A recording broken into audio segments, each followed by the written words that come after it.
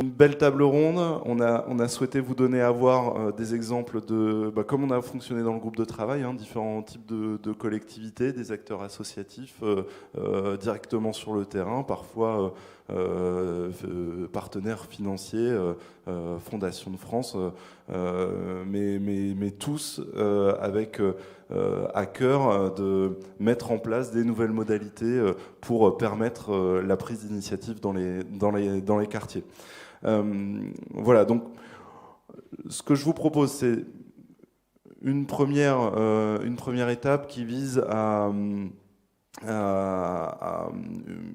une première prise de parole en quelques phrases pour situer où vous êtes, d'où vous venez, et puis ce que vous avez mis en place qui a déclenché l'envie justement de s'engager sur une nouvelle voie, sur quelque chose de nouveau dans votre rapport à la participation citoyenne. Vous avez tous en commun, je l'ai dit, d'être engagés sur ce terrain de la participation citoyenne, et il y a des constats, des réalités qui sont imposées à vous avant votre prise de décision et qui vous ont conduit justement à mettre ces choses en place.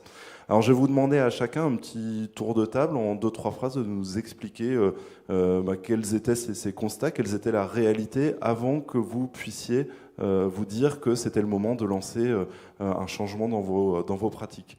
On va commencer par Gilbert Corouge, qui est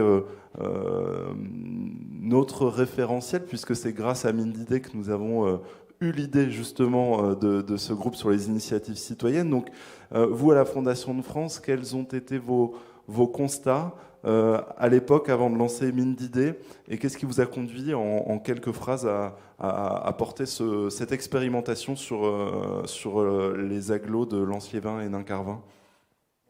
Merci, bonjour à tous. Très rapidement, d'abord rappeler en quelques mots que nous avons une position particulière, puisque la Fondation de France, qui existe depuis des décennies, n'est pas une institution au sens politique, je dirais, du terme, que la Fondation de France fonctionne sur la base de dons, uniquement de dons, il n'y a pas de subvention publique, et que nous sommes redevables par rapport aux donateurs de ce qui est fait de l'argent qui les concerne, enfin qu'ils mettent à disposition de certaines causes.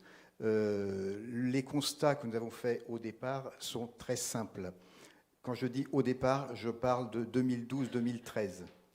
Nous observons au niveau national que certains territoires ont des besoins sociaux, économiques particuliers, et que nous fonctionnons par appel à projets, et que sur ces appels à projets, nous avons très peu de réponses provenant de certains de ces territoires.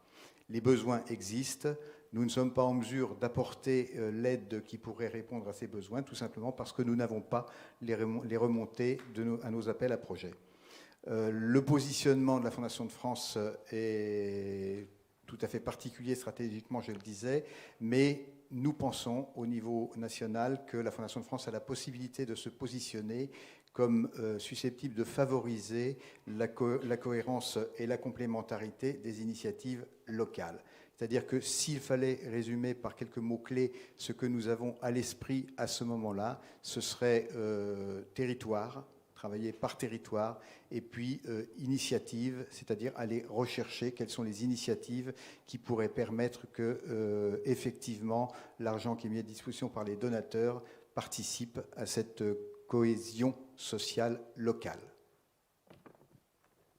Merci pour ces premiers éléments. On va rebondir avec vos voisins sur l'agglo de Lens-Liévin avec M. Bavet, qui a déjà abordé ces questions-là dans l'introduction, mais finalement qui peut peut-être nous dire, vous, votre volonté, quand vous avez souhaité réengager ce travail sur la participation citoyenne, quels étaient les constats que vous faisiez sur le territoire ou sur les initiatives prises par les habitants sur l'agglomération de Lens-Liévin?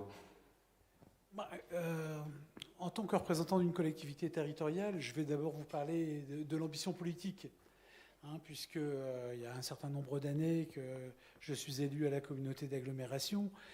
Et effectivement, il y a un cheminement qui s'est fait petit à petit. J'ai commencé en étant conseiller communautaire délégué à la politique de la ville. C'est vous dire ce que ça représentait la politique de la ville pour l'agglo. Où ma mission était surtout de récolter les projets communaux et de les transmettre à l'État pour instruction. Voilà quelles étaient les ambitions politiques en matière de politique de la ville sur le territoire. Et puis, il y a eu la loi Lamy, tout à l'heure j'y faisais référence, et effectivement, ça a été pour la communauté d'Aglo l'occasion effectivement de se saisir pleinement de la problématique de la ville, d'essayer d'avoir un travail bien plus coordonné avec les collectivités locales, et puis effectivement d'essayer de redonner un souffle nouveau en matière de politique de la ville sur le territoire. Et puis les choses ont évolué, et effectivement il y a eu une prise de conscience au niveau politique et au niveau de notre PCI sur une véritable volonté de passer d'une politique, d'une simple politique de la ville, si je peux m'exprimer ainsi, à une véritable politique de cohésion sociale.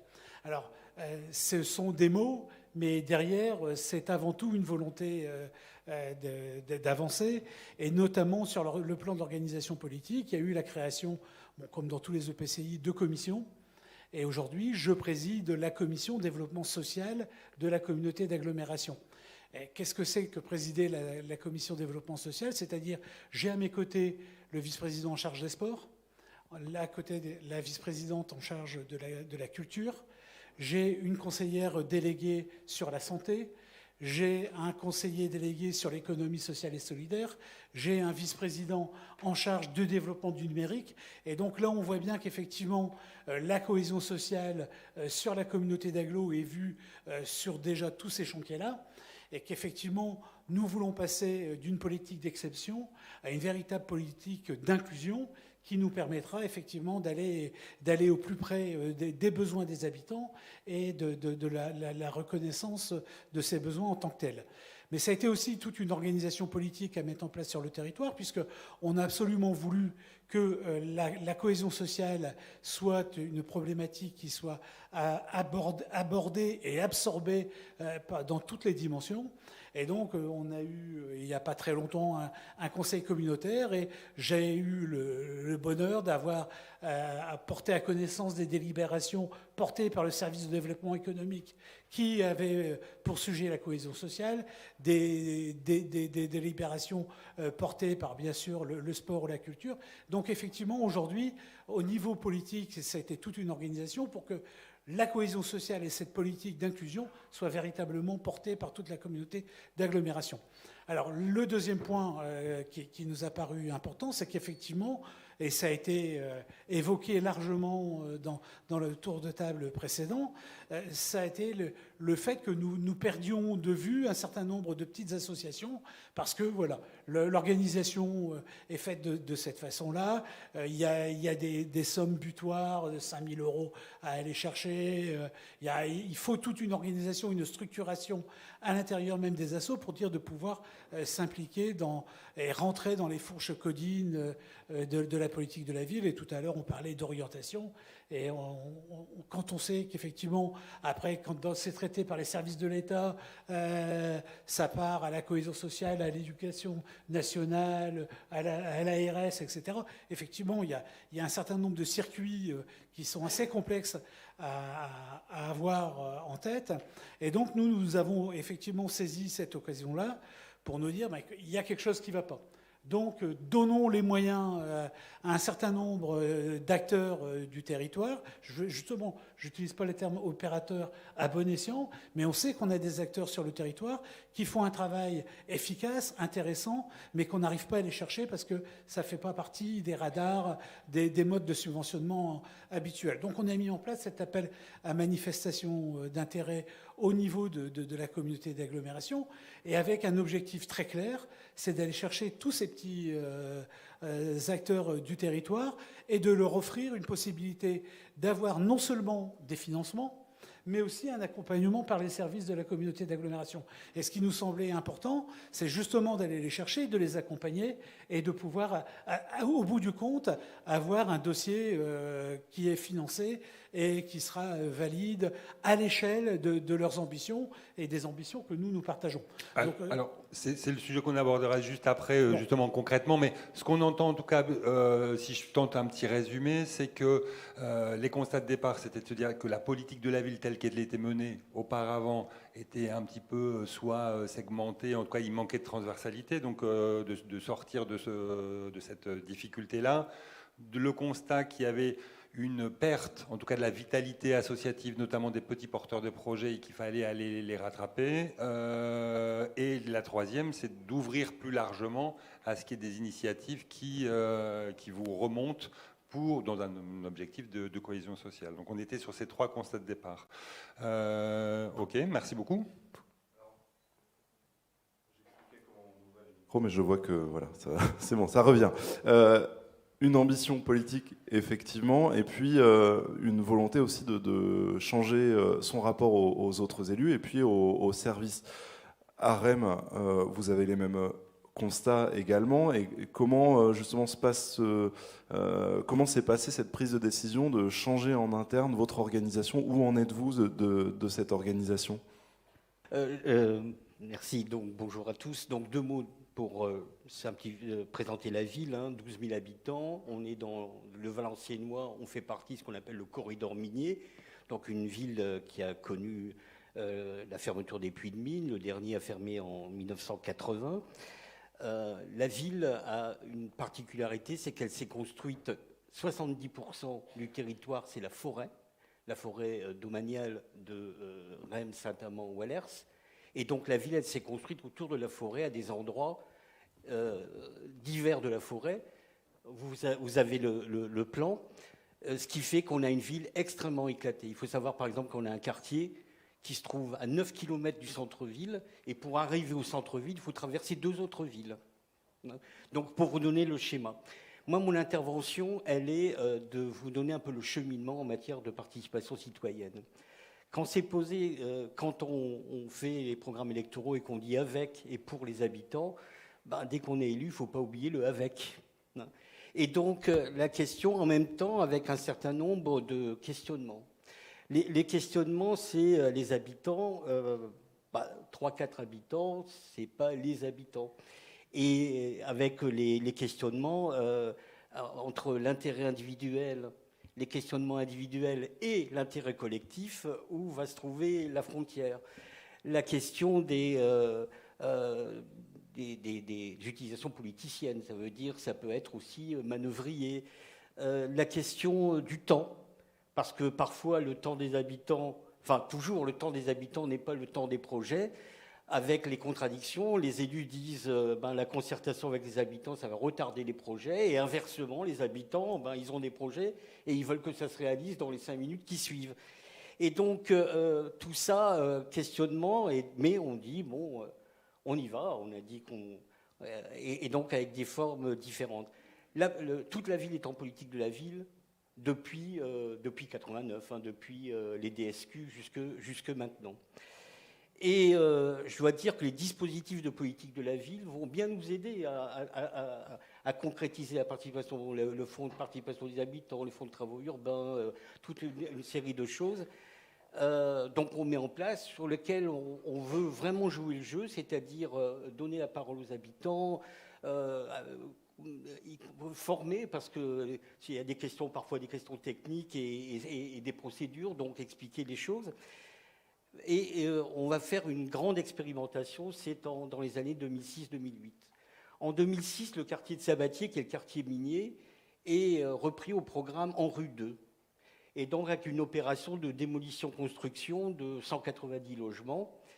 Et on se dit qu'on ne peut pas résumer l'ensemble de l'opération simplement des questions logement, parce que la réalité de ce quartier, c'est qu'il est passé en 25 ans de 7500 habitants à 3000 habitants. Et donc, ce quartier a des équipements dimensionnés pour 7500 habitants. Et par exemple, pour donner un exemple concret, ce quartier dispose de 4 écoles, 2 écoles maternelles et 2 écoles primaires, qui sont en train de mourir par rapetissement, c'est-à-dire de fermeture de classe en fermeture de classe. Eh bien, on a des écoles où il n'y a plus qu'une ou 2 classes. Et donc se pose la question, qu'est-ce qu'on fait? Entre des élus qui disent il y a toujours eu 4 écoles dans le quartier, et se dire il faut changer ça, eh bien on dit on va faire trancher la question par les habitants. Et donc à partir de là, eh bien, on met tout sur la table. On met tout sur la table, les écoles. Est-ce qu'on va les laisser mourir par rapetissement ou est-ce qu'on fait quelque chose? Et avec toutes les options, on démolit tout, on reconstruit une nouvelle école. Est-ce qu'on déménage tout dans une école?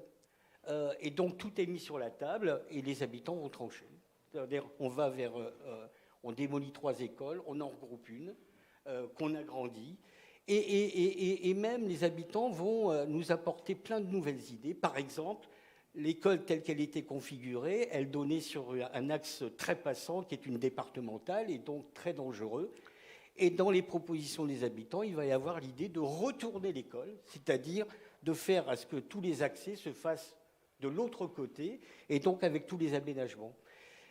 Ça va s'accompagner, ça va se faire avec... Monsieur Trichy. Mais écoutez, non, je sais bien. Écoutez, je sais que vous pouvez parler pendant.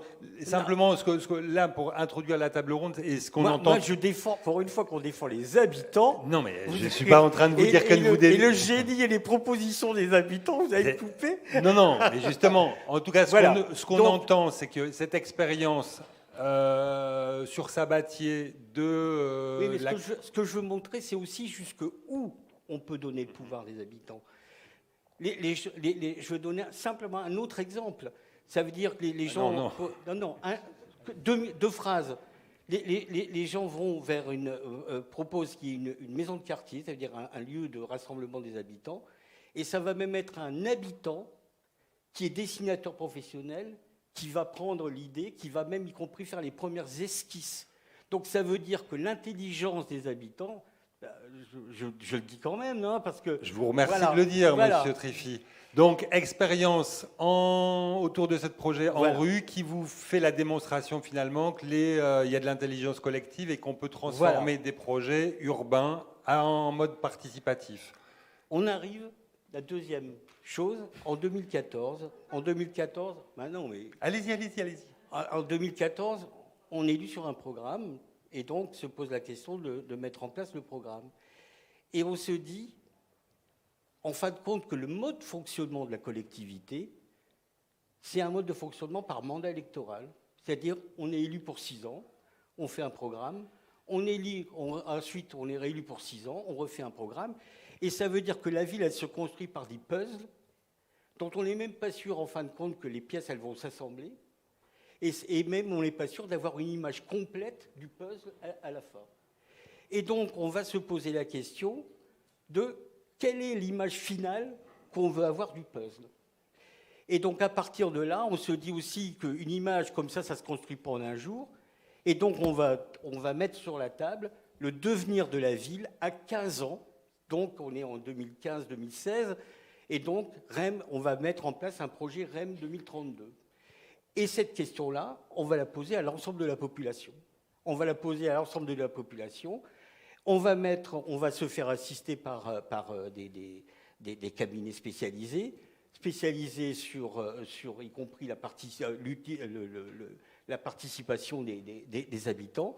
Il va se mettre toute une série d'initiatives, des diagnostics en marchant, des ateliers, une restitution où il y aura 300 participants. Donc et donc, avec la définition d'un projet collectivement construit, qui aujourd'hui, REM 2032, et aujourd'hui, on en est dans la phase de mise en application, et avec y compris la question qui est posée dans la phase de mise en application, quelle va être la place des habitants, et donc la question de la participation des habitants, ce n'est plus simplement un moyen, c'est un axe stratégique, et donc la ville met comme axe stratégique d'intervention, donc de politique publique d'intervention, la question de la participation des habitants, de la démocratie citoyenne.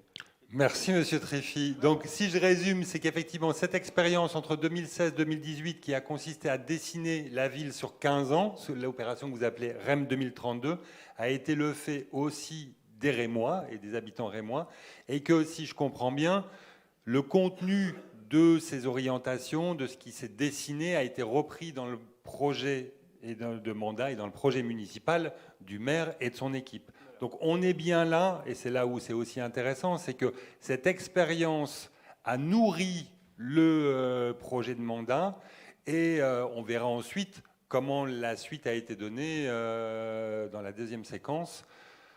Merci, Monsieur Triffi, pour cet exercice de synthèse et d'illustration très concrète. La suite au deuxième tour. Alors, on va enchaîner sur la ville d'Amiens. Christelle Briat, je vais vous donner le micro, vous en avez un là. Vous, même chose, une prise de conscience sur les dispositifs participatifs.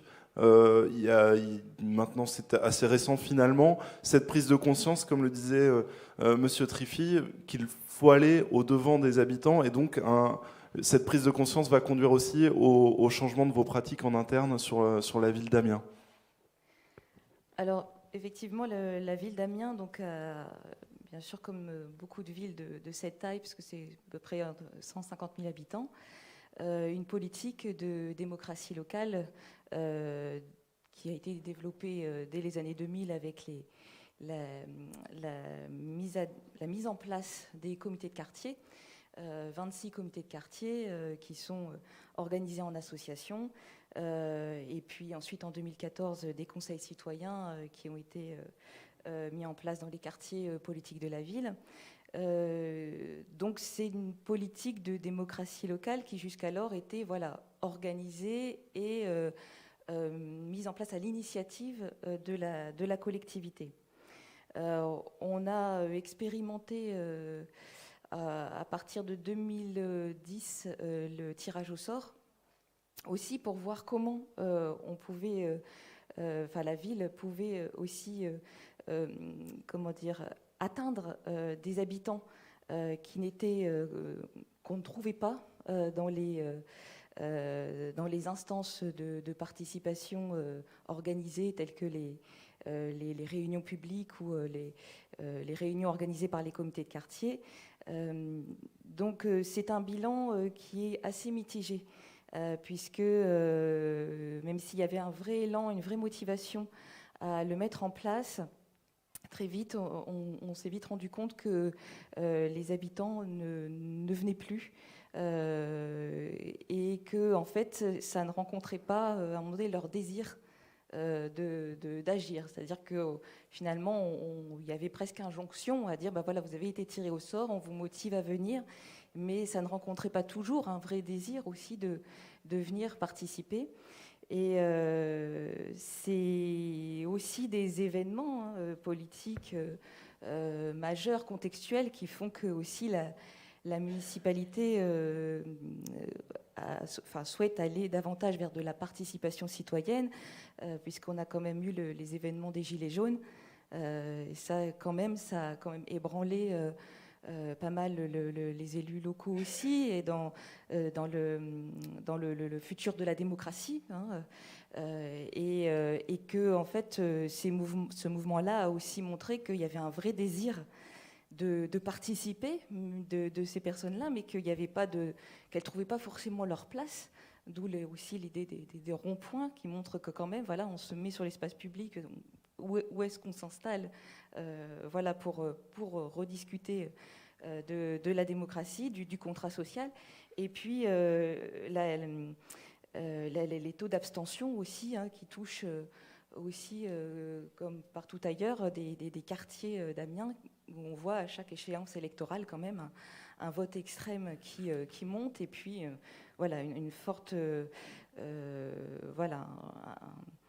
abstention. Et donc il a été décidé donc de créer une délégation après les élections de 2020, une délégation donc de démocratie locale, vie associative et participation citoyenne. Donc moi qui suis fonctionnaire de la ville d'Amiens et qui portais plutôt des actions de vie associative, donc sur les moyens alloués aux associations, le choix aussi d'intégrer la vie associative dans cette délégation, c'est de aussi prendre le parti que les associations sont des corps intermédiaires indispensables aussi à la revitalisation de la démocratie, et que la démocratie directe a ses limites, et que les associations et les collectivités doivent agir ensemble. Et Et pour ce qui est de la participation citoyenne, c'est aussi pour trouver un dialogue avec ces collectifs citoyens qu'on a vu, qu'on a observé aussi sur le territoire, et qui sont venus aussi vers la collectivité, qui ont aussi interrogé aussi les associations qui se trouvaient aussi sur les territoires, et qui défendent parfois aussi le côté informel, c'est-à-dire qu'elles ne souhaitent pas forcément se constituer en association, et bien souvent elles nous disent que finalement elles se constituent en association parce qu'à un moment donné elles veulent discuter avec nous, et que effectivement le b.a.-ba, c'est de trouver une salle, à un moment donné trouver un petit peu de ressources, et c'est là où elles commencent à se constituer, et donc là on se dit voilà, comment on rentre en dialogue avec ces personnes qui sont vraiment dans un fort désir de prendre une part à la société, d'agir, et la crise sanitaire, bien sûr, a aussi amplifié cette observation, puisqu'on a vu des collectifs aussi arriver vers nous, investis par les réseaux sociaux, des gens qui sont qui étaient dans la ville mais qui ne se connaissaient pas forcément, et qui se sont constitués des collectifs d'entraide, des chaînes de solidarité, et en fait on a découvert aussi un profil de personnes qui étaient là, parfois même des salariés d'entreprise qui se retrouvaient dans une situation d'inactivité subie, c'est-à-dire une période de chômage, et dire qu'est-ce que je fais de ce temps-là, je vais m'investir, et qui se sont aussi vus. Alors c'est pour ça que je dis que c'est collectivité et association ensemble, parce que il y a aussi des personnes qui sont, notamment je pense à une personne qui est allée vers un collectif plutôt de voisins solidaires, donc c'est-à-dire du réseau informel autour dans son quartier, etc., pour dire j'ai voulu être bénévole et me porter candidat à une grande association de solidarité, et puis on m'a dit qu'il n'y avait pas de place pour moi, donc comment je fais, finalement moi je suis porteur de volonté d'agir, et on n'a pas forcément la réponse tout de suite pour accrocher la personne. On entend bien en tout cas, et pour conclure sur les constats que vous avez posés, c'est que finalement aussi dans les instances qui étaient à l'origine de la démocratie participative, les comités de quartier, les conseils de quartier, etc., peut-être qu'effectivement ces lieux-là n'étaient pas ceux qui permettaient de prendre part, comme vous dites, qui est la définition même de la participation citoyenne, de prendre part aux décisions, aux orientations, etc., d'où leur désaffection. Et que dans les points d'analyse que vous avez pu faire, et pour repenser les choses autrement, effectivement, à un moment, il faut s'intéresser au fondement même. Est-ce qu'on est là simplement pour être informé en prime time et en avant-première des décisions de la collectivité ou de l'association X ou Y, ou est-ce qu'on est là pour donner son avis, pour co-construire ou pour décider, puisque la base de la participation, peut-être dans son échelle la plus haute, c'est un moment au moins de co-décider.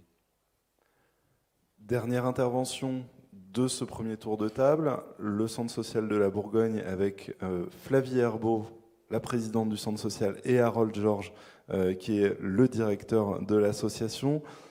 Et puis, vous n'êtes d'ailleurs pas venu tout seul, je pense, puisque vous êtes avec un groupe de citoyens de la Bourgogne, de Tourquenois, qui sont également là. Voilà.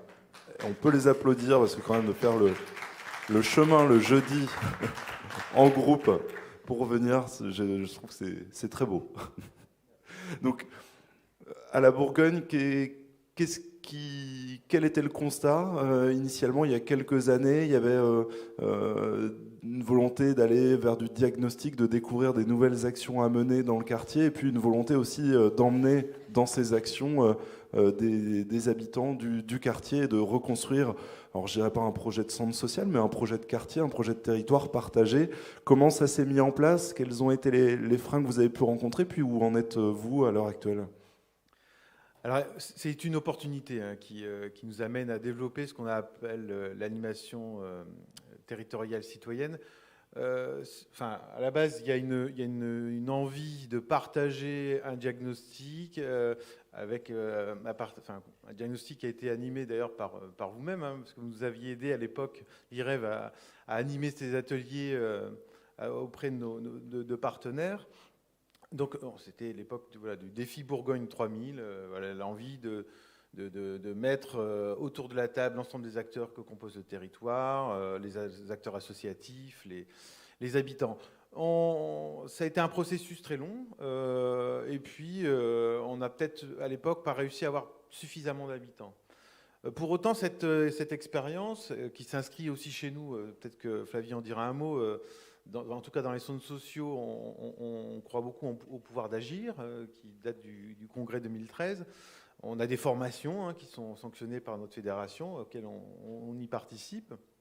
En tout cas, on a la volonté de vraiment laisser la place aux habitants.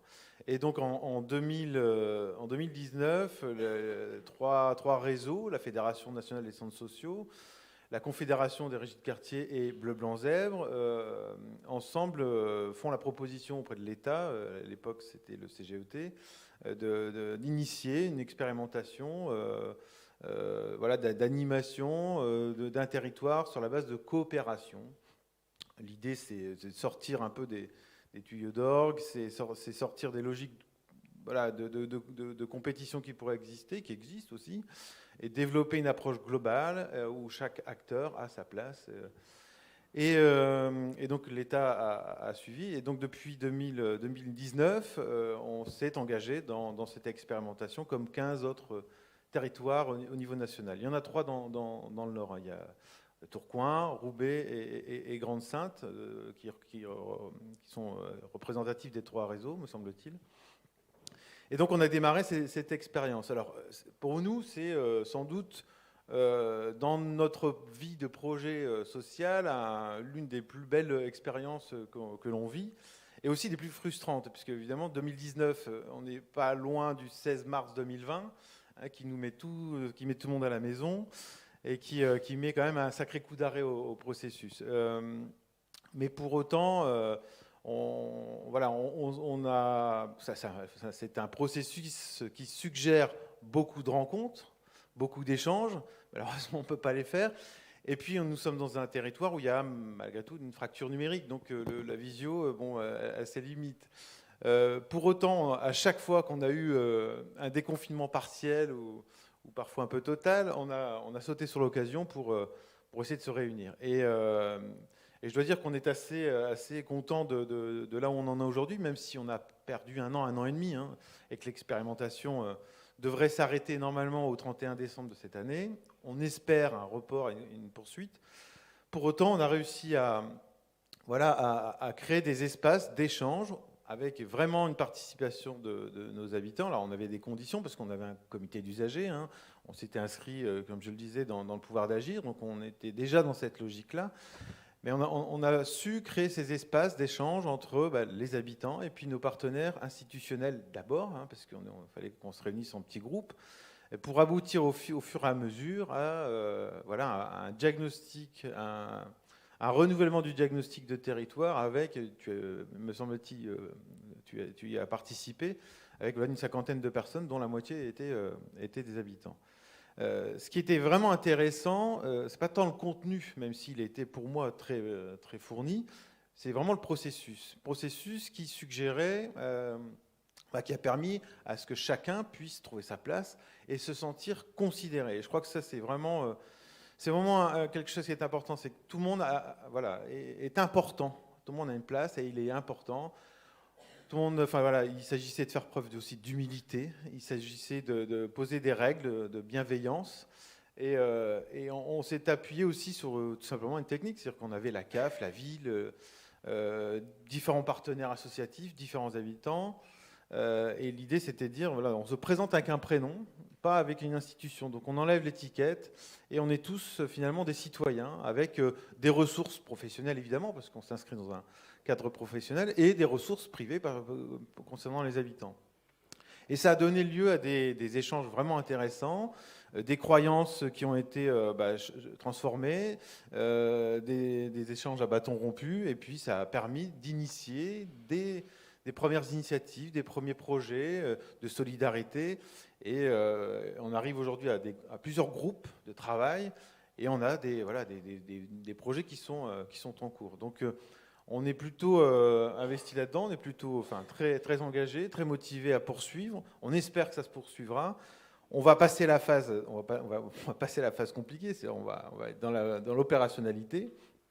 On a des ressources pour pouvoir démarrer quelques projets thématiques, et on espère, on a 6 thématiques qu'on souhaite investir, et on espère pouvoir aller le plus loin possible. Je ne sais pas si tu veux rajouter quelque chose, Flavie. Je vais peut-être un peu trop parler, comme je le fais d'habitude. Non, mais c'est bien, tu as fait autant les constats de départ que ce que vous avez mis en place, donc la transition sur la deuxième séquence de la table ronde est faite. Non, en tout cas, ce qu'on entend aussi, c'est que une difficulté, ou en tout cas un questionnement sur la faible participation sur le quartier à un certain moment, et que aussi, quand on change formellement les manières d'accueillir, de travailler, de remettre autour de la table des gens, d'utiliser des techniques participatives qui ne sont pas simplement un gadget, mais pour aboutir à quelque chose, même si le projet initial c'était de faire un diagnostic, ça fait émerger, si j'entends bien, des propositions, des pistes d'action, etc. Et c'est ça la coopération. La coopération, c'est d'abord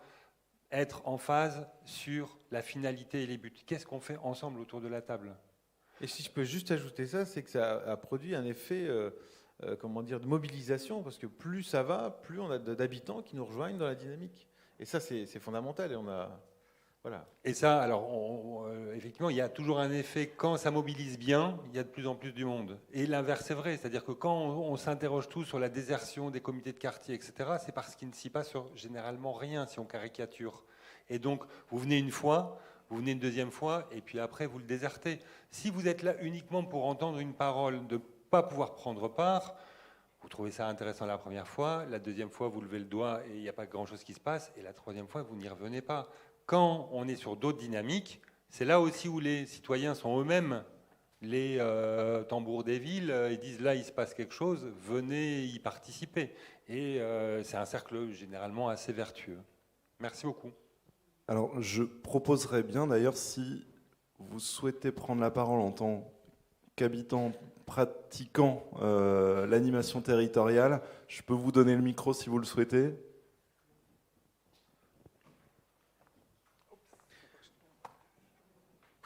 Non, mais avec plaisir. Je ne sais pas ce que je vais dire, mais voilà, bonjour. Alors, je me permets de prendre la parole. Déjà, je suis Madame Belwarac, une maman de 4 enfants.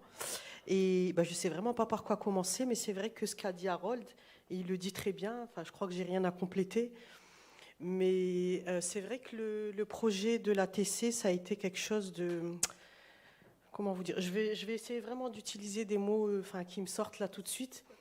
Ça a été... au début, j'y ai été à tâtons. J'en avais parlé à la présidente et puis au directeur Harold. Je me suis dit, voilà, on m'invite, je vais y aller. Et finalement, au fur et à mesure des réunions, au fur et à mesure des gens que je rencontrais, finalement, on me laisse la parole.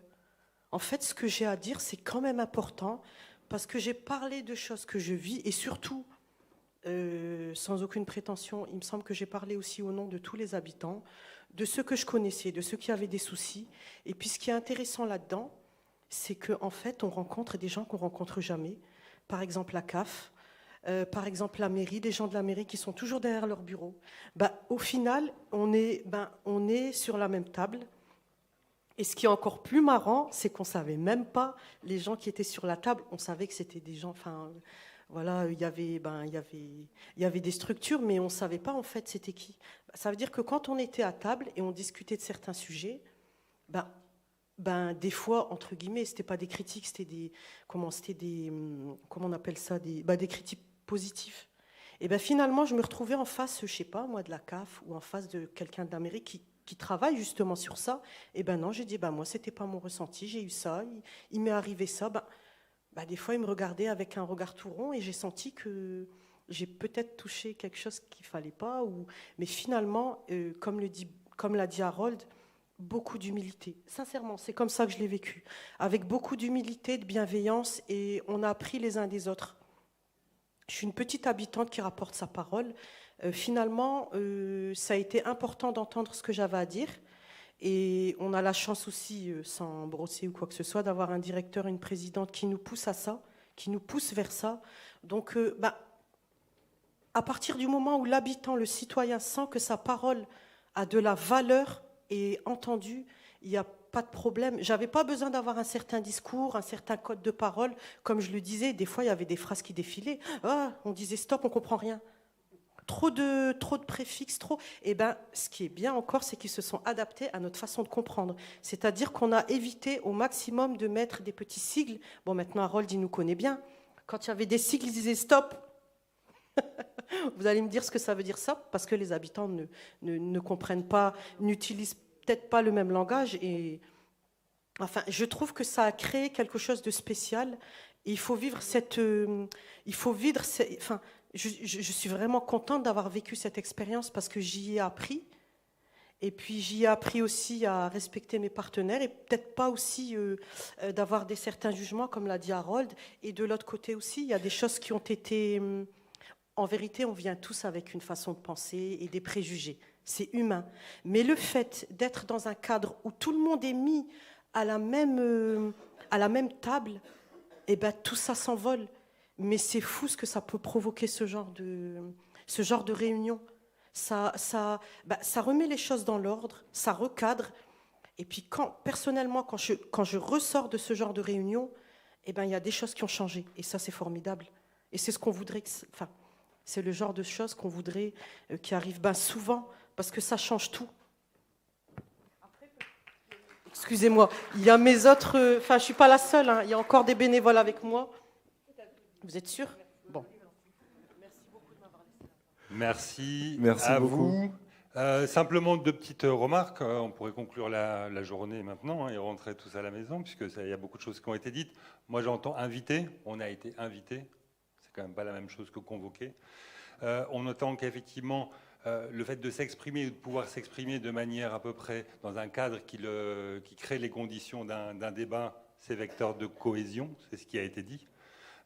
Et donc, on fait bien le lien entre la participation citoyenne et la cohésion sociale. Quand on crée des espaces de débat, d'échange, on retrouve aussi par la parole son pouvoir d'agir, son pouvoir d'interpellation auprès des institutions, et de regarder au plus près les difficultés qu'on peut vivre, ou en tout cas les enjeux qu'il faut qu'on traite ensemble. C'est purement l'expression de la citoyenneté qui est concrètement rendue possible dans ces espaces. Et finalement, ce n'est pas des choses qui coûtent non plus énormément cher, entre guillemets, si on parlait trivialement. C'est des tables, c'est du temps, c'est de la mobilisation, et c'est surtout des postures dont on a entendu vous les avez imprégnées, c'est-à-dire il y a une façon de créer le dialogue et le débat que parfois nos institutions ont oublié, avec des écarts, ou en tout cas des dialogues qui ne sont pas forcément toujours rendus faciles. Merci beaucoup. Merci. Et du coup, on va rebondir. Hein. Il y a cette question d'avoir une place pour la collectivité, laisser une place, garantir une place pour les citoyens. Puis la question aussi d'aller au-devant des attentes des citoyens.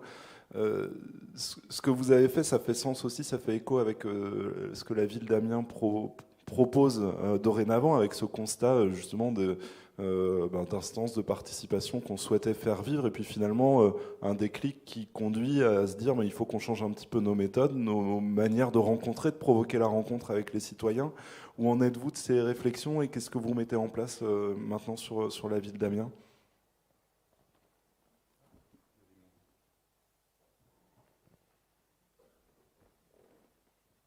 Alors, une des premières volontés politiques qui a été portée par le maire dès son élection en 2020, ça a été de lancer le budget participatif. Donc d'avoir, donc on est dans l'expérimentation. Alors on n'est pas la première ville à le lancer, mais en tout cas, nous localement, ça montre quand même une volonté de changement quand même de posture, en se disant, le budget participatif, c'est quand même de partir d'une idée, de projet et d'habitants.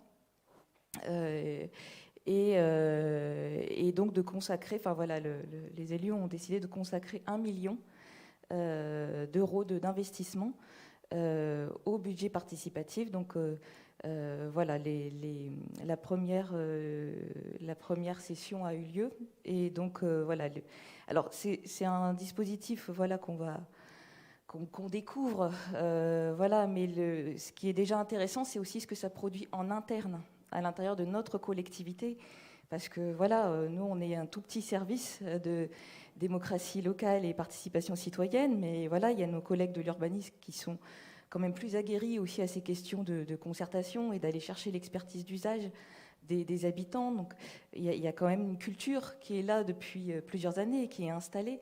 Mais l'idée quand même de dire on va quand même se mettre au niveau d'un habitant parfois, parce que le budget participatif, c'est aussi, voilà, on est juste un habitant et on a une idée, et comment, voilà, tout un service d'architecte de la ville va dialoguer avec cet habitant pour construire voilà, un projet. Petite question ou précision, est-ce que dans votre budget participatif à Amiens, vous allez jusqu'à permettre aux citoyens de voter au final pour les projets d'investissement qui sont soumis à la concertation? Oui. Donc là, on est jusqu'au vote. Voilà, ça va jusqu'au vote. D'ailleurs, ça se passe actuellement. Et puis aussi, je pense qu'il n'y a pas alors là, c'est une volonté politique forte, mais il y a aussi par l'observation du territoire des initiatives qui sont prises, des expériences qui ont lieu, qui méritent aussi d'être davantage valorisées.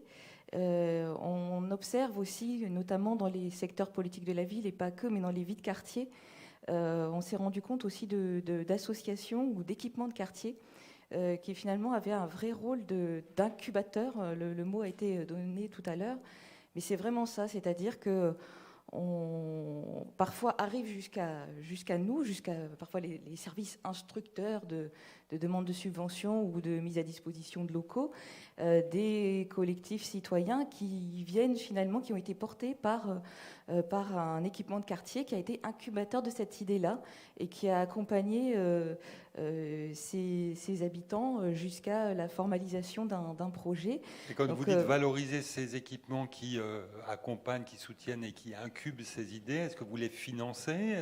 Alors, je vais en citer un, mais là, c'est un équipement qui appartient à la ville, qui est géré par la ville, qui s'appelle l'Odyssée, à Amiens Nord, et qui est une structure jeunesse à la base. Mais on a vu que voilà, il y avait là-bas une intelligence collective qui a fait que voilà, je parle d'une expérience notamment qui s'appelle Éco-Cité, voilà, qui est partie d'un collectif d'habitants pour investir des friches, des espaces libres dans la ville, et dans du jardin participatif, du fleurissement, et voilà. Et en fait, il y a quand même, oui, ce qu'on appelle ces espèces de rencontres qui font qu'à un moment donné, voilà, ça ouvre des portes, et la structure de quartier, elle permet ça. Et récemment aussi, enfin alors il y a 1 ou 2 ans, un bailleur social a contacté la ville aussi parce qu'il était dans il allait gérer une résidence intergénérationnelle avec des espaces qui étaient conçus par le promoteur au centre de cette résidence, qui étaient des espaces libres qui étaient à animer pour les habitants du quartier, un peu voilà, à l'image un peu de ce qu'on peut voir dans les écoquartiers. Et en fait, au départ, voilà, le bailleur social se tournait vers le CCAS en disant nous, bailleurs sociaux, on ne sait pas faire, mais vous, investissez le lieu. Le CCAS a été dans d'autres démarches, et donc il n'a pas pris il a pas pris en gestion le lieu, mais le centre social qui était, enfin, d'où ce lieu en fait était dans son aire de rayonnement, nous a interpellés en disant moi ça m'intéresse de faire du centre social hors les murs, et de dire voilà, moi ce lieu-là c'est le bout de mon aire de rayonnement de centre social. Moi, je suis loin, physiquement, je suis loin, mais ce quartier-là qui est en pleine mutation, avec beaucoup d'habitants qui arrivent, ça m'intéresse de me poser là, de mettre un mi-temps d'animateur social là et de voir ce qui se passe, et dans une posture de se dire, on est là, mais on fait on dit qu'on est là aux habitants, mais si les habitants ont une idée de faire quelque chose, voilà, ce lieu-là se construit avec les envies des habitants qui se trouvent là. Et l'idée, c'est bien sûr de ne pas le refermer sur la résidence, mais que ça aide aussi la résidence à s'insérer dans ce nouveau quartier qui a quand même pris plus 10 000 habitants en quelques années. Ok. Donc si on résume concrètement, depuis effectivement cette volonté de traduire en actes cette politique de participation citoyenne, un budget participatif, le fait de soutenir ou de faire évoluer des pratiques pour incuber ou accompagner l'émergence d'idées et saisir des opportunités aussi, c'est-à-dire reconsidérer parfois les différents équipements ou missions en disant bah, tiens, là, s'il y a une opportunité d'aller gérer un lieu et de le traiter différemment, cette ouverture qui est rendue possible. Ok. Et c'est ça qui est intéressant sur le lieu de l'Odyssée, c'est que c'est un espace qui est pratiqué par les jeunes parce que c'est l'accueil de loisirs qui se situe dedans. C'est un bel équipement. Et tout d'un coup, on se rend compte aussi par la pratique que c'est un endroit où les gens viennent proposer des initiatives parce qu'ils savent qu'il y a de la logistique, des animateurs qui sont bienveillants avec eux. Et du coup, il y a voilà, un lieu informel qui accueille les initiatives. Et la ville d'Amiens a justement identifié ce lieu et propose maintenant de le modifier en incubateur, c'est-à-dire en ayant plus de moyens logistiques ou des salles à disposition des habitants, mais qui vont au-delà des jeunes et du coup soutenir les initiatives dans ce sens-là. Je trouve que c'est très intéressant, ça fait écho avec la carte de REM qu'on a vue tout à l'heure, où vous aussi vous avez des lieux ou un lieu dédié justement aux initiatives citoyennes et que vous souhaitez mettre au service de la participation des habitants. On attend, ça chauffe, c'est bon. Ça chauffe, c'est okay. bon. Oui, donc la réalité, on va dire, de la démocratie participative sur REM, je vais revenir sur le lieu qui s'appelle le Airlab, mais ce qui a quand même été initiateur de tout ça, c'est une vraie réflexion au niveau de la mairie depuis l'élection municipale dernière. La création vraiment d'une délégation avec une adjointe en charge de la démocratie participative, un agent également en charge de la démocratie participative, mais cet agent n'est pas non plus tout seul. On est deux en fait à l'accompagner. Donc moi je suis au service communication et Blandine qui est aussi là présente à côté de Karine qui est le fameux agent en charge de la démocratie. Donc Blandine elle est en charge des grands projets. Donc ça peut paraître anecdotique, mais il y a un côté quand même intéressant parce qu'on parlait d'originalité, c'est d'avoir des gens un peu référents en termes de démocratie participative dans différents services et pas seulement dans une direction. On a aussi entrepris tout un travail de rédaction en fait, de la politique de participation citoyenne avec la création, la rédaction d'une feuille de route. Alors ça a été fait entre élus, techniciens et partenaires. Donc quand on dit partenaires, c'est les centres sociaux, c'est le conseil citoyen, c'est des associations, etc. Cette feuille de route a donné lieu également à une programmation sur plusieurs années et à un mode de gouvernance. Donc un mode de gouvernance en mode copil, avec un copil élargi pour que les partenaires participent aussi à la gouvernance en fait, de la démocratie participative. Donc ce comité de pilotage réunit l'ensemble des élus de la ville et l'ensemble des services non, pas l'ensemble. Enfin, en tout cas, l'ensemble des élus. On est bien sur une interdélégation. Oui, mais après, au niveau des services, ce sont plus les services quand même qui sont concernés, on va dire, directement, même si tous les services peuvent l'être, mais il y a quand même un noyau, on va dire, de services urbanisme, grands projets, vie associative, communication, etc., qui sont concernés. Et puis après, c'est les partenaires surtout, voilà, pour ouvrir au maximum. Et donc la première réalisation concrète, c'est le lancement du Airlab. Donc R pour REM et Lab pour laboratoire. Donc en gros, c'est notre laboratoire d'initiative citoyenne. Vous le voyez, là, il est situé. Alors on a réinvesti en fait un lieu qui est connu par tous les Rémois, mais qui n'était pas utilisé par eux. C'est un château, le château Mabille de Poncheville. Donc c'est connu de tous, mais non utilisé. Donc on va réinvestir ce château. Les travaux sont en cours. Et on va lancer en fait ce Airlab, donc qui est un lieu en fait dédié à l'incubation. On en parle beaucoup depuis tout à l'heure, mais c'est ça. Et donc l'idée, c'est d'accompagner les gens qui ont une idée, les aider à matérialiser leurs projets, leur donner des conseils en termes de financement, les mettre en lien avec la vie associative s'ils veulent se constituer en association, les faire rencontrer des partenaires, des financeurs, des fondations, etc. Mais c'est aussi d'animer le lieu avec des conférences, avec des ateliers sur des thématiques qui sont des thématiques d'enjeux au niveau de la ville. Voilà. Et donc pour lancer ce Airlab, on crée un marathon des idées, donc qui va avoir lieu là dans 15 jours, le 16 octobre, en soirée, au Airlab, au Château Mabille. Et donc là, on est en train de travailler avec tous les partenaires pour mobiliser au maximum la population. Et puis en termes de communication, on fait aussi une communication grand public, pour justement mobiliser un maximum de personnes et venir participer en fait à quelques heures de travail intense pour dégager des nouvelles idées qui vont venir encore abonder toute la programmation qui a été faite et travaillée en amont. Et on va choisir, en fait, on va faire voter les participants et 3 idées seront retenues. Et on s'engage à les analyser, parce qu'on ne va pas non plus se lancer totalement à l'aveugle, et à les mettre en œuvre si c'est possible. Et si ce n'est pas possible, on prendra l'idée numéro 4, l'idée numéro 5, etc. etc. Voilà. Donc ce marathon, c'est un temps où vous faites émerger des propositions. C'est un temps fort d'émergence d'idées. Sur lequel vous allez finalement, enfin vous, c'est les participants présents, oui, voter sur les 3, 4 ou 5 qui seront retenus pour la mise en œuvre. C'est ça. Okay. Et l'idée, c'est que les habitants participent aussi à l'élaboration, à l'analyse des projets. Dans la suite, ok. Ouais. Merci. Alors j'en profite, vous avez des post-it, si vous avez des questions particulières, n'hésitez pas à les faire transiter. Donc ce marathon des idées, ça me rappelle, je fais le saut de puce vers la Fondation de France. Oui.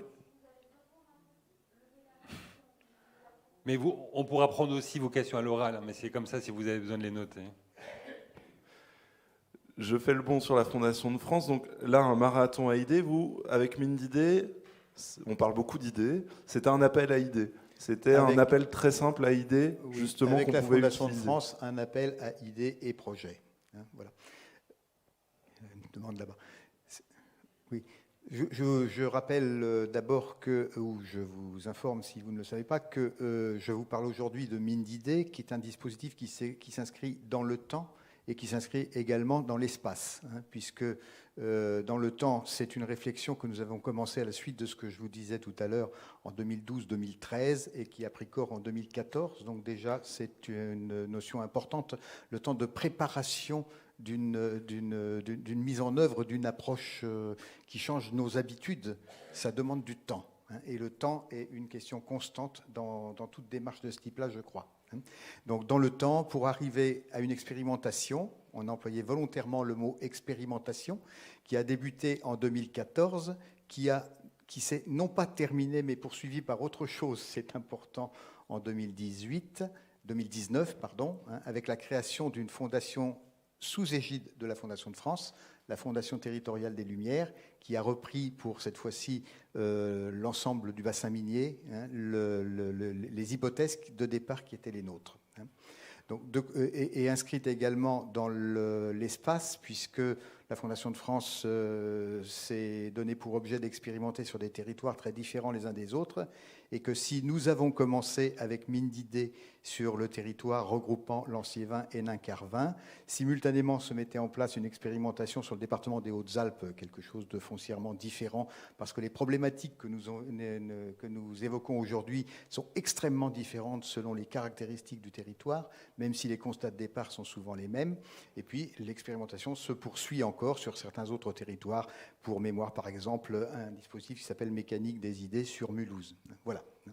Donc notre idée de départ était, à la suite des constats que j'évoquais tout à l'heure, de se dire que dans nos appels à projets, nous avions toujours ou presque toujours, des appels à projets thématiques, nous avions presque toujours des composantes de l'analyse, de l'instruction et de l'analyse que nous faisions des projets, qui était la place des habitants dans le projet lui-même.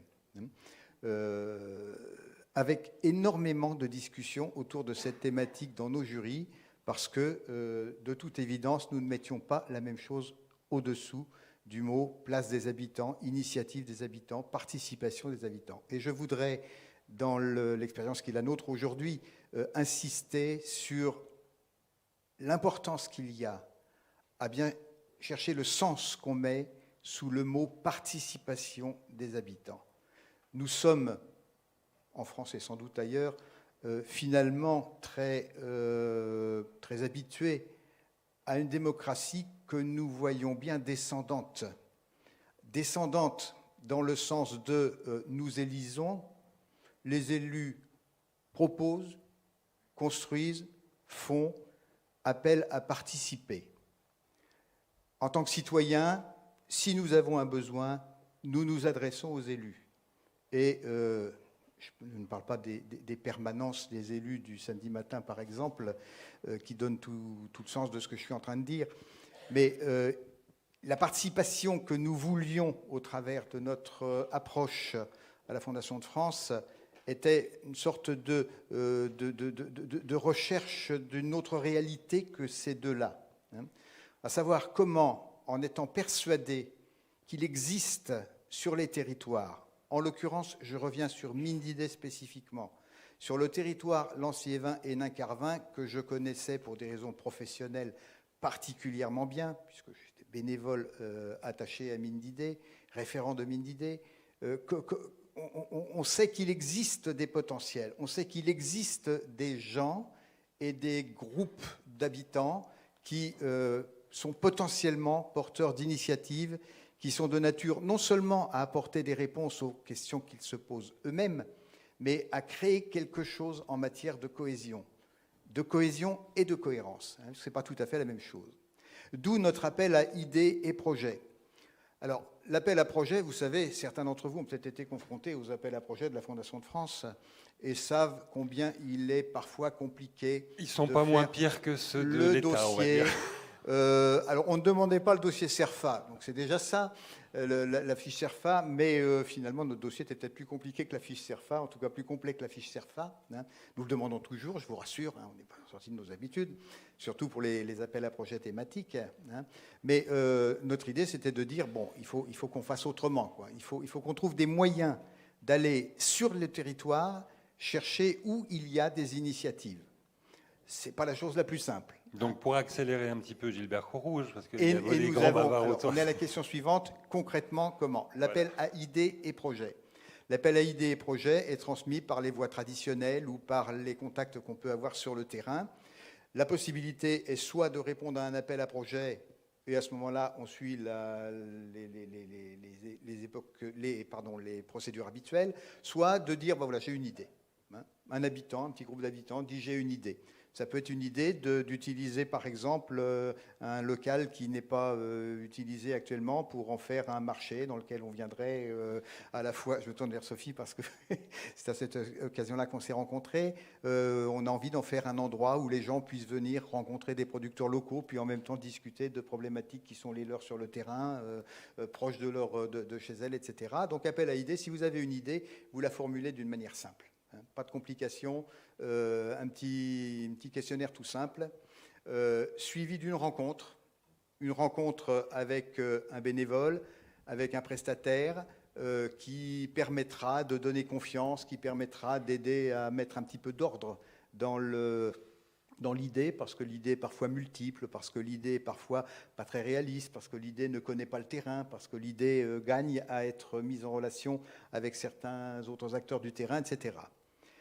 Donc la phase accompagnement de l'idée est la phase suivante, avec non seulement cette rencontre qui est la première étape, mais également un accompagnement individuel et collectif.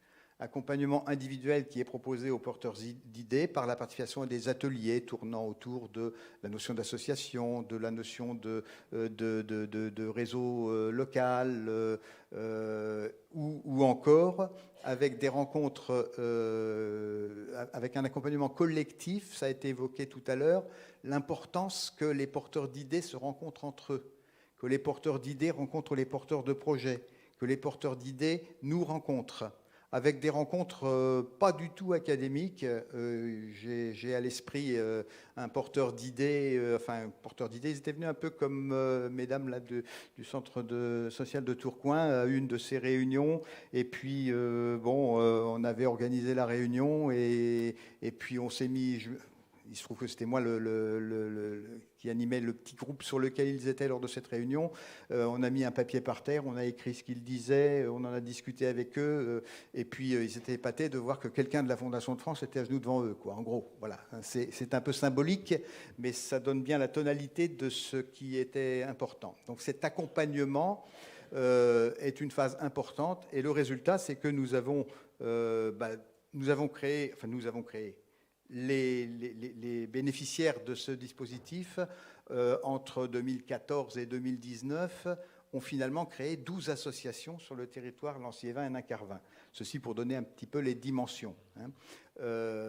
Pour être complet, je ne veux pas donner une vision idyllique de ce qui s'est fait. Il nous reste suffisamment de questions en suspens pour qu'aujourd'hui, nous nous disions au niveau de la Fondation de France Nord, non seulement comment on poursuit les choses sur le territoire Lanciévin et Nain-Carvin, mais comment est-ce qu'une démarche de ce type-là, et sinon une démarche, en tout cas l'esprit de ce que nous avons voulu faire sur Lanciévin et Nain-Carvin, peut, sur d'autres territoires, être mis en œuvre avec le même état d'esprit.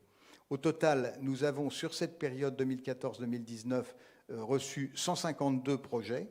Ça n'a l'air de rien, mais sur un territoire comme Lanciévin et Liévin et Nain-Carvin, où nous n'avions quasiment pas de réponse à nos appels à projets traditionnels, ça montre l'impact qu'a pu avoir cette démarche.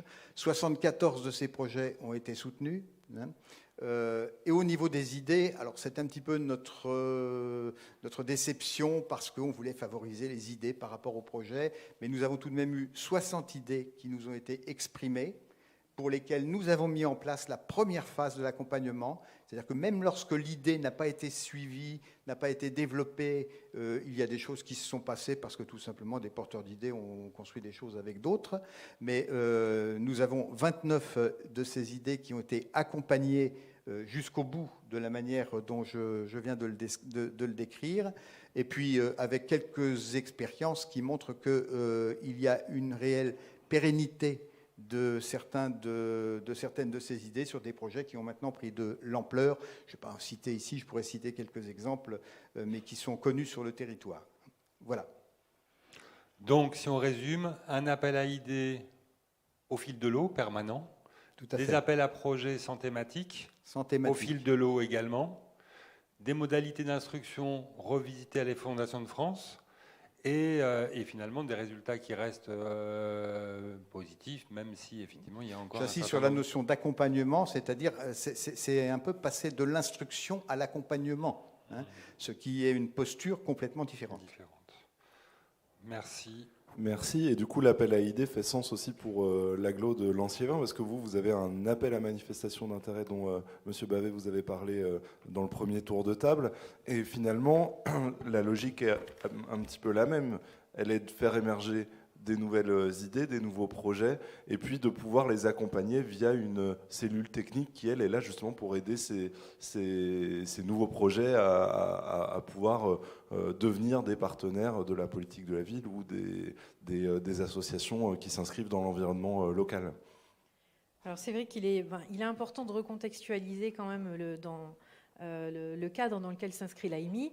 On a bien entendu très rapidement. On a entendu l'ambition politique, effectivement, expliquée par Alain Bavet, et donc préciser qu'effectivement, cette ambition politique, derrière, elle doit se traduire par une commande politique, pour nous, techniciens, et par un portage politique. Parce que quand on va dans ces champs de participation des habitants et qu'on a envie que ce soit porté à l'intérieur d'une collectivité territoriale par l'ensemble des directions, on sait qu'on va bousculer, on sait et donc il faut qu'on soit légitimé et mandaté. Et qui dit aussi comment des portages politiques dit les moyens de mettre en œuvre aussi, parce qu'on a beau être des techniciens très militants dans le domaine de la participation des habitants, voilà, c'est important de recontextualiser. C'est un dispositif qui fait écho effectivement à notre nouvelle manière de travailler au sein de la communauté d'agglomération, qui est de se dire que la politique de la ville, on est passé d'une politique de la ville à une politique de cohésion sociale, on est sorti de la logique des périmètres de la politique de la ville, on s'est réinterrogé sur le sens de cette politique pour se dire qu'effectivement, on est sorti d'une logique trop restrictive, d'une vision restrictive de cette politique pour se dire on fait de la cohésion sociale, et faire de la cohésion sociale, c'est s'adapter à l'évolution de la société, et donc c'est d'être agile tout le temps aussi dans nos modes de faire. Alors sur le papier, c'est effectivement facile. Après, dans une organisation interne, effectivement, il faut donner envie à nos collègues et aux autres directions, et j'insiste bien sur le donner envie de faire avec nous, parce que ça ne se décrète pas, même s'il y a une commande politique. Et les collègues, quand on vient effectivement avec cette commande de dire on fait tous de la politique de la ville, ils voient deux choses. Ça va nous demander plus de travail, et puis vous allez venir taper dans nos budgets. Donc du coup, il faut convaincre sur le fait que non, on est tous en sous-effectif, c'est tous compliqué, donc si on fait ensemble, on va pouvoir mutualiser des choses. Et puis de rappeler le sens de notre intervention publique à tous, peu importe la direction dans laquelle on appartient, on est tous là pour rendre service aux habitants, pour changer la vie des habitants de notre territoire. Donc à partir de là, on a une cause commune. Venez, on fait ensemble, on unit nos forces, donc on mutualise notre ingénierie, on fait un pot commun sur nos budgets, et puis voilà. Et donc ça, c'est le premier, le cadre dans lequel... Créer la coopération en interne. Voilà, créer cette coopération en interne. Et puis effectivement, traduire cette commande politique et de faire de la participation des habitants quelque chose qui vient innerver l'ensemble de nos politiques publiques, et bien c'est aussi, faut que ça faut que tous nos collègues sont convaincus de l'utilité de le faire. Donc ça, c'est le contexte. Et ensuite, pourquoi l'AMI cohésion sociale ? Alors parce que moi, d'ancienne vie, effectivement, moi j'ai fait appel aussi à mine d'idées. J'ai accompagné des habitants dans le portage de projets, donc là dans une commune, et j'ai fait partie de ces personnes qui se sont senties aussi démunies face à des projets portés par des collectifs d'habitants. Alors déjà pour leur structure juridique, un collectif par définition, pas de moyens financiers, donc on avait mis en place un budget participatif qui permettait, voilà. Et donc il y avait soit effectivement les PIC qui ont été présentés par la région, ou le contrat de ville. Et en fait, il n'existait rien entre les deux. Et quand je suis arrivée à la communauté d'agglomération, je me suis dit qu'il y avait un trou dans la raquette à combler, d'où l'AMI cohésion sociale, qui est finalement, alors ce qui est pas du tout, qui ressemble à un appel à projet, mais qui n'est pas du tout dans l'esprit d'un appel à projet. C'est une méthode originale, en fait. Déjà, on a voulu une procédure administrative simplifiée, parce qu'on sait que le premier frein, c'est le dossier. Voilà, vous avez un projet. Voilà. Deuxièmement, donc du coup, procédure simplifiée, et nous, on reçoit les porteurs de projets, on les auditionne, et en fait, on leur dit pas venez nous présenter votre projet, on leur dit venez nous raconter l'histoire, parce que derrière un projet, il y a une histoire. Les habitants, ils disent pas tiens, j'ai un projet. Non, c'est parce qu'il y a un vécu, il y a une problématique qui a été identifiée dans leur quartier. Donc du coup, nous, ça nous permet aussi, en les auditionnant, de pas être aussi quand on construit nos politiques à l'échelle d'agglomération, de pas être hors sol. Parce qu'on se rend compte que au fil des auditions, plusieurs porteurs de projets ou collectifs d'habitants peuvent nous faire remonter la même problématique. Et nous, on est passé complètement à côté parce que voilà, on n'est plus sur le terrain. Donc ça a l'avantage là. Ensuite, le deuxième avantage, parce que quand on est une collectivité territoriale, effectivement, on est soumis quand même à une obligation de performance publique. On est garant de la bonne utilisation des deniers publics. Et en fait, on s'est rendu compte qu'on était aussi plus performant dans l'utilisation des deniers publics parce qu'en fait, on amenait les acteurs, les associations à aller là où nous, on avait envie qu'ils aillent. Donc à travers un cahier des charges qu'on rédige volontairement tous les ans. Pourquoi ? Parce que tous les ans, la vie change, la société change. Donc il faut aussi s'adapter sur le contenu de ce qu'on attend de nos dispositifs. Et puis, ce cahier des charges, il est co-rédigé avec l'ensemble des directions de la communauté d'agglomération. Alors ça, c'est aussi hyper intéressant, parce que c'est déjà de leur dire qu'est-ce que vous faites, et en quoi nous, on est complémentaires avec ce que vous faites. Et on repart dans le sens de la politique de la ville, à sa création, qui est d'abord mobilisant le droit commun, et ensuite, et on a retrouvé, nous, en interne, des collègues qui ont aussi redonné du sens à leur intervention. Et en plus, ça fait 2 ans qu'on le met en œuvre. Et en fait, on ne dépense pas toute notre enveloppe. Alors, non pas qu'il n'y ait pas de projet, mais simplement parce qu'on amène les opérateurs, les acteurs à venir là où il y a un vrai besoin. Et ensuite, on a mis aussi en place un système de bonification. Par exemple, on peut aller jusqu'à 80% de subvention si les acteurs, si les porteurs de projets sont plusieurs à porter le même projet. Donc ça, on a vu que ça marchait bien, parce que du coup, il y a un encouragement s'ils allaient vers des publics en particulier, parce qu'effectivement, on voit beaucoup en politique de la ville et dans les actions qui sont déployées, le public des femmes. Parce que les femmes, elles ont leur... Enfin, nous, 25% de nos habitants dans les quartiers prioritaires sont des familles monoparentales, majoritairement des femmes avec enfants. Et donc, on a encouragé aussi les opérateurs, les associations à prendre en compte ce public spécifique. Et on va aussi jusqu'à 80% quand l'action émane vraiment d'un vrai processus participatif avéré. Et on a, l'année dernière, financé une feuille blanche.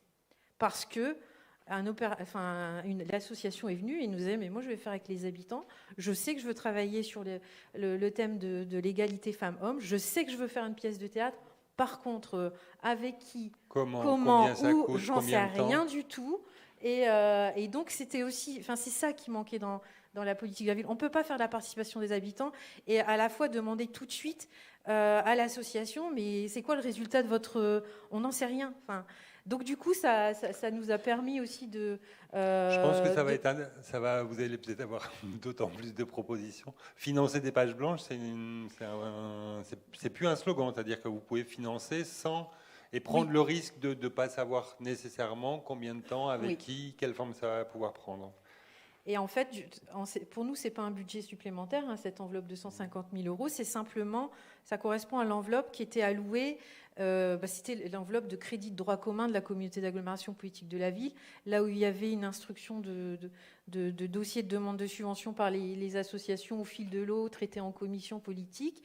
L'idée, c'était de se dire, on recentralise ces crédits-là pour notre appel à manifestation cohésion sociale qui se trouve en gros entre le PIC et le contrat de ville.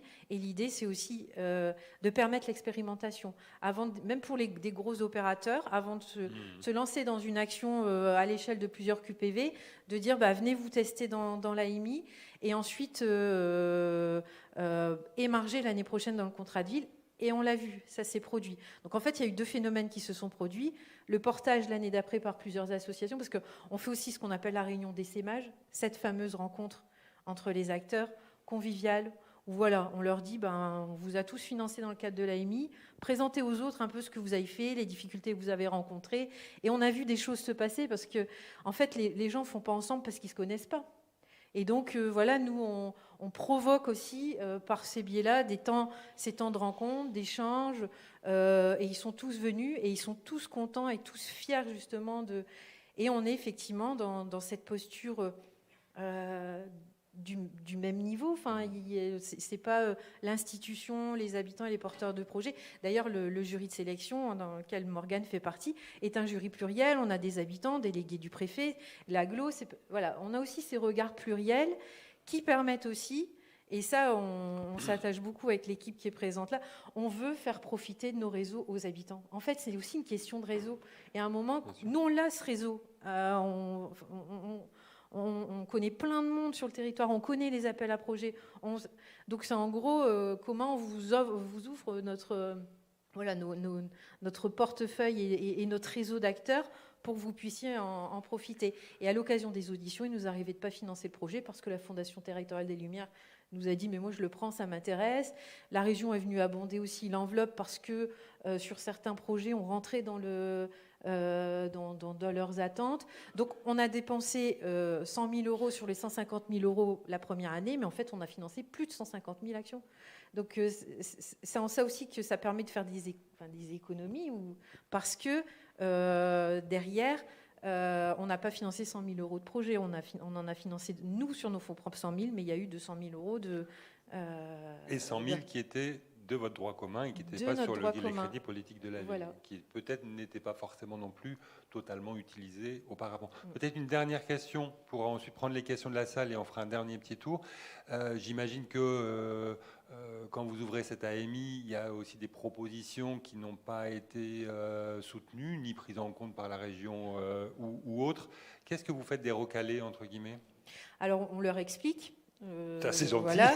Mais on les garde dans nos réseaux de contacts, parce que nous, on aime bien, justement, avec l'équipe, faire ces temps. D'ailleurs, même au sein de notre propre service, il n'y a pas de frontière entre ce qu'on fait. On fait tout ensemble parce que ça donne beaucoup plus de sens. Et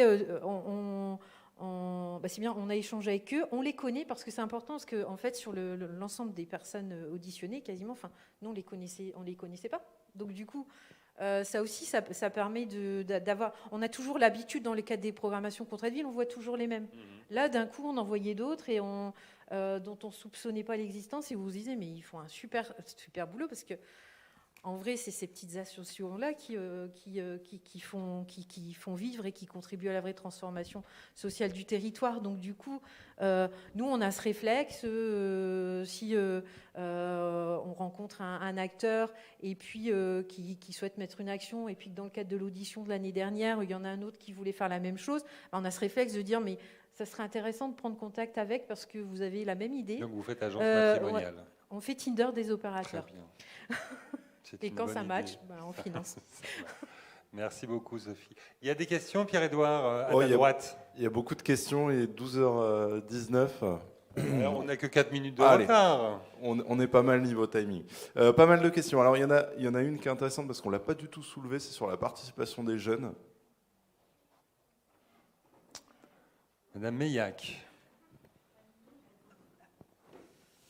Merci. Oui, on a identifié justement le public jeune comme étant un public à travailler, entre guillemets, particulièrement sur la participation citoyenne, pour justement remettre de l'engagement, remettre aussi du lien social et cette notion de citoyen, tout simplement. Et donc le fameux marathon des idées du 16 octobre va être constitué pour une bonne moitié de jeunes de la ville.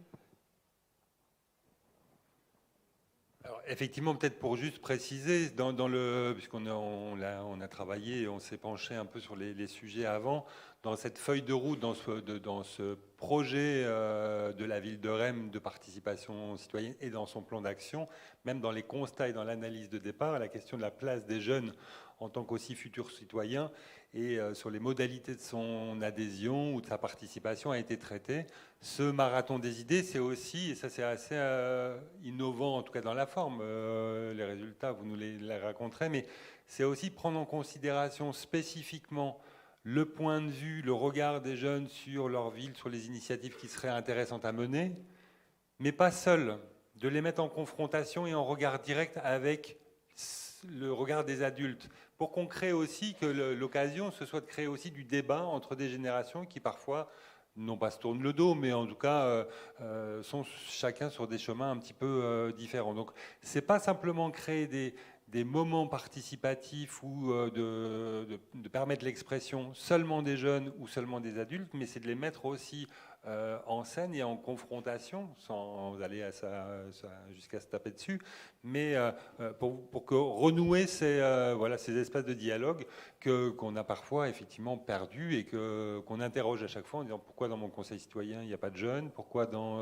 mon conseil de quartier ou dans mon collectif X et Y, ou dans le bénévolat, il a été beaucoup question aussi d'engagement bénévole, on pointe généralement plutôt un vieillissement de la population à l'inverse de son rajeunissement. Voilà, sur les autres questionnements, il y avait des questions aussi sur l'éphémère, le ponctuel et puis le temps long. C'est les appels à idées finalement, ou les PIC, on le voit, ça finance un projet. Donc les PIC, c'est vraiment l'exemple type. Hein. On peut faire une fête de quartier avec un projet d'initiative citoyenne. Les appels à idées, ça peut être des projets aussi qui peuvent être ponctuels. Comment on arrive à faire que ce qu'on va découvrir, les initiatives vont créer une dynamique sur un temps beaucoup plus long et arriver sur les questions qu'on avait pointées, les questions de participation à la vie démocratique du pays, au sens beaucoup plus large, quoi. Donc c'est vrai que sur l'opposition, la question c'était y a-t-il une opposition entre initiative citoyenne et participation citoyenne? Voilà une question posée à la table ronde, mais aussi à nous, Samuel, dans le texte qui a été élaboré. Est-ce que vous souhaitez répondre à... Oui. Ah oui, c'est vrai qu'on ne peut pas partager les micros. Moi, je l'ai fait, tant pis. Tant pis pour vous, Madame Beillac.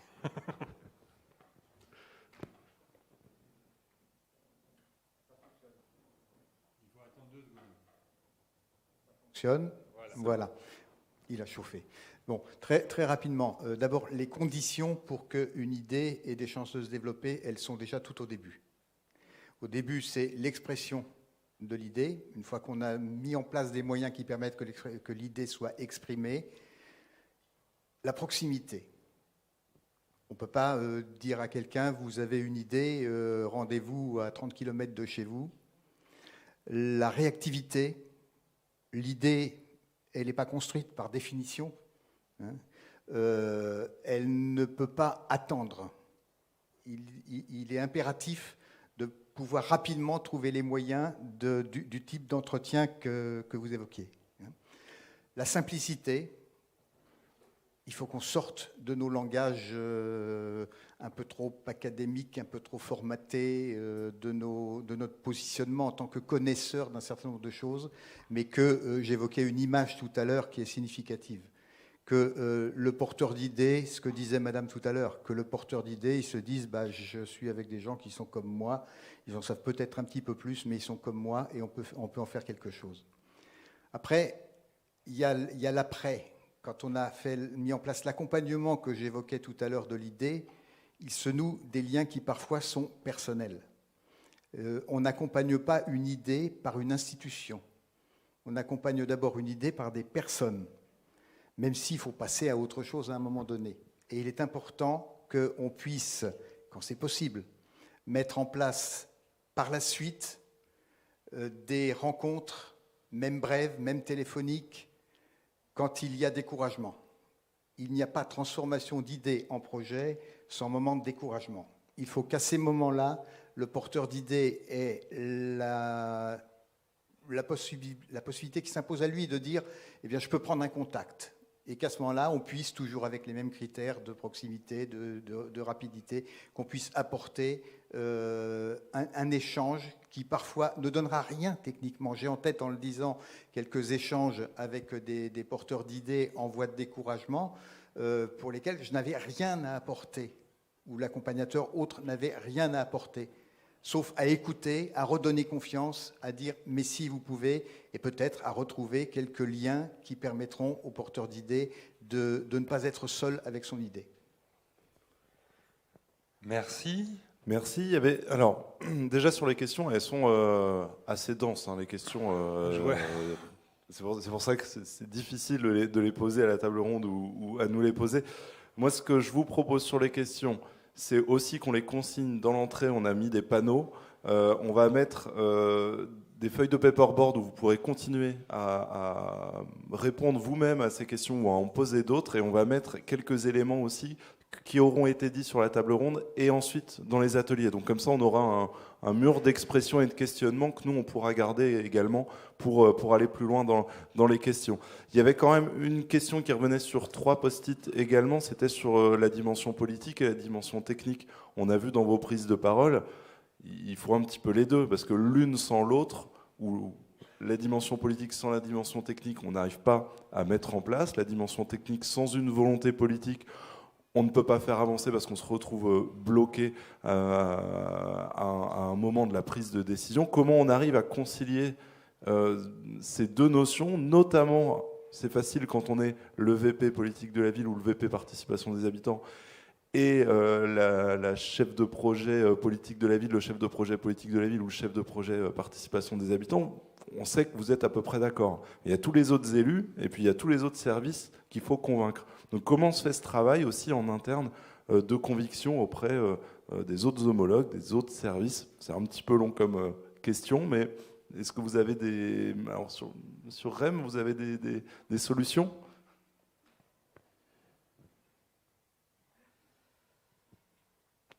Je vais passer la parole ensuite à mes élus. Mais pour la partie technicienne, je pense que vraiment le mode de travail qui a été collégial dès le départ a favorisé, donc on est un trio, et ça a favorisé, on va dire, l'élargissement de ce trio à de plus en plus. Alors tout le monde n'est pas encore totalement convaincu de la chose, hein, faut pas rêver.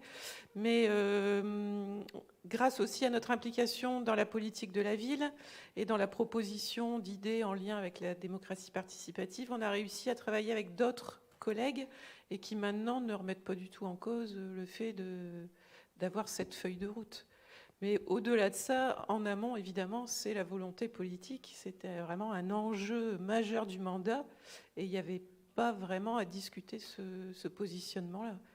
Et je rajouterais peut-être un acteur qu'on oublie parfois effectivement dans le paysage et qui a un rôle important, notamment sur ce lien politique et technique, c'est le directeur ou la directrice générale des services, qui peut aussi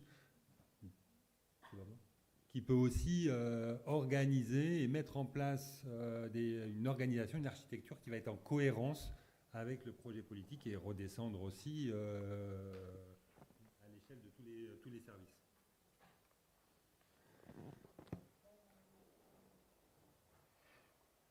On y va pour la suite. Il est 12h29. On a pris notre petit quart d'heure de retard. Est-ce qu'on finit juste un petit tour de table? Mais alors là, c'est vraiment par mots-clés. Peut-être on avait, avant de donner la parole à Rémi Lefebvre, il me regarde avec des yeux noirs. Parce que, non? Bon, très bien. On voulait juste terminer aussi, puisqu'on a beaucoup parlé d'expérimentation, et que l'objet de notre appel et du travail qu'on a fait avec ce groupe-là pendant 1 an et demi, ça a été, se conclut par l'appel au développement et à l'expérimentation de nouvelles pratiques, ou en tout cas de continuer ce travail-là. Peut-être pour chacun d'entre vous, alors pas individuellement, mais plutôt par collectivité ou structure, se dire qu'est-ce qui nous semblerait aujourd'hui, et par rapport à ce qu'on s'est dit et des expériences que vous menez, qu'est-ce qui serait vraiment utile et nécessaire de prioriser pour développer encore cette participation citoyenne. Madame Lippert, est-ce que vous voulez ouvrir le bal ? Oui, bah écoutez, nous, avec déjà notre marathon des idées, on espère quand même pouvoir faire avancer et remonter le plus de projets possible. Et avec aussi notre Airlab, mais tout est naissant, hein, on commence, donc je pense qu'il sera intéressant d'ici peut-être quelques mois, 1 an, 2 ans, faire justement le point et voir si on a eu raison de partir là-dessus ou pas. Voilà, c'est ça. Pour l'instant, c'est vraiment encore très, très, très récent. Mais bon, on a confiance. Ça va le faire. Hein. Il y a plus qu'à. En tout cas, ce que j'entends, c'est oser aussi des formes de remontée d'initiatives qui soient peut-être un peu différentes, même si on n'en connaît pas les résultats au départ, enfin le côté imprévisible dont on parlait tout à l'heure. Pour le centre social, même question, qu'est-ce qui vous semblerait aujourd'hui, pas simplement pour vous, mais plus globalement, à mettre en place, à expérimenter pour développer encore ou renforcer cette participation citoyenne qui fait un peu le point commun entre vous tous aujourd'hui ? Nous, en fait, ce qui est important, c'est pas ce que l'on va faire, mais c'est de la manière qu'on va le faire, en fait. C'est vraiment le pouvoir d'agir des habitants qui, pour nous, doit rester le plus important. Donc garder en tout cas cette ligne-là, ce cap-là, et continuer à travailler sur des formes qui permettent valoriser leurs paroles et les rendre vraiment très importants et très acteurs au sein de leur quartier. Merci.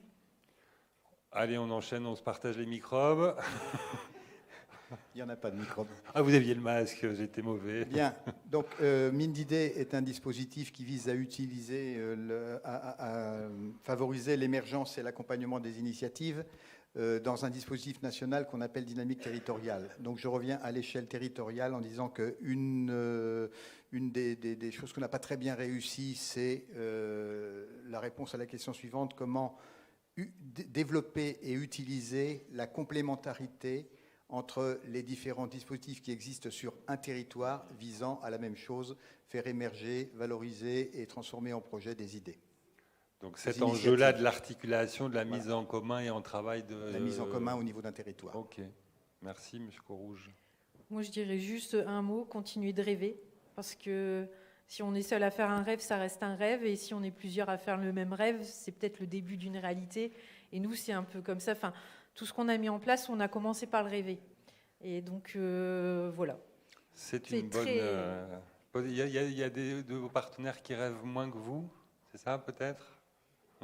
Non, je ne sais pas. Oui, enfin, moi, vu d'une interco, je pense qu'effectivement, comme j'ai pu le dire tout à l'heure en introduction, il y a, au niveau d'organisation, notamment des conseils citoyens, je pense qu'effectivement, il y a quelque chose d'autre à faire que de la façon que ça a été fait précédemment. On a voulu, et je reconnais la volonté de François Lamy, hein, il a voulu des conseils citoyens les plus éloignés possibles, notamment du monde politique, que ce soit vraiment la représentation des habitants du quartier qui puissent s'exprimer.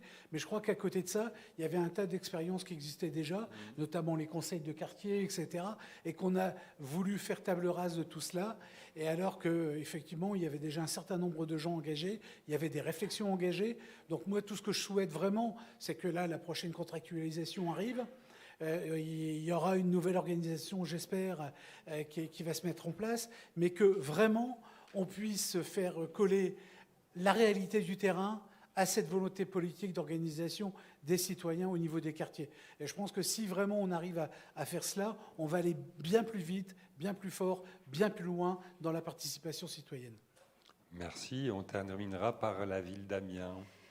Oui, alors moi je rejoindrai un petit peu la dernière question qui a été posée, de dire que l'urgence c'est vraiment de travailler sur les postures à toute échelle, que ce soit les élus, l'administration, les associations, tous les corps intermédiaires, et que nous on avait expérimenté en 2011-2012 des formations en interne avec un tiers extérieur qui avait aidé l'ensemble des services, mais aussi les élus aussi. Eux ont été en formation aussi, et on voit quand même, enfin moi qui ça fait 10 ans que je suis dans cette collectivité, j'ai quand même vu voilà une certaine culture quand même qui s'est installée et une progression. Donc il faut et je pense que voilà il est important de l'élargir et de travailler aussi sur ce statut du bénévole, de l'habitant qui porte une initiative et qu'il a toute sa légitimité, parce qu'on est sans cesse dans des procès d'illégitimité et on peut toujours trouver un argument pour dire qu'un tel est illégitime par rapport à un autre habitant, et que voilà, le fait de pouvoir aussi travailler en tant que collectivité à côté d'associations qui se vivent comme opérateurs et à côté des associations de bénévoles, voilà, c'est un enjeu aussi, et ça je rejoins voilà ce que vous disiez au niveau de la Fondation de France, sur le territoire, dans la démocratie territoriale à faire vivre.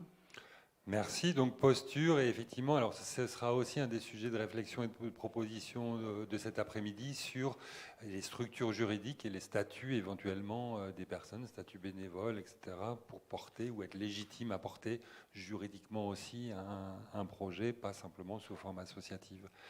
Merci beaucoup à vous.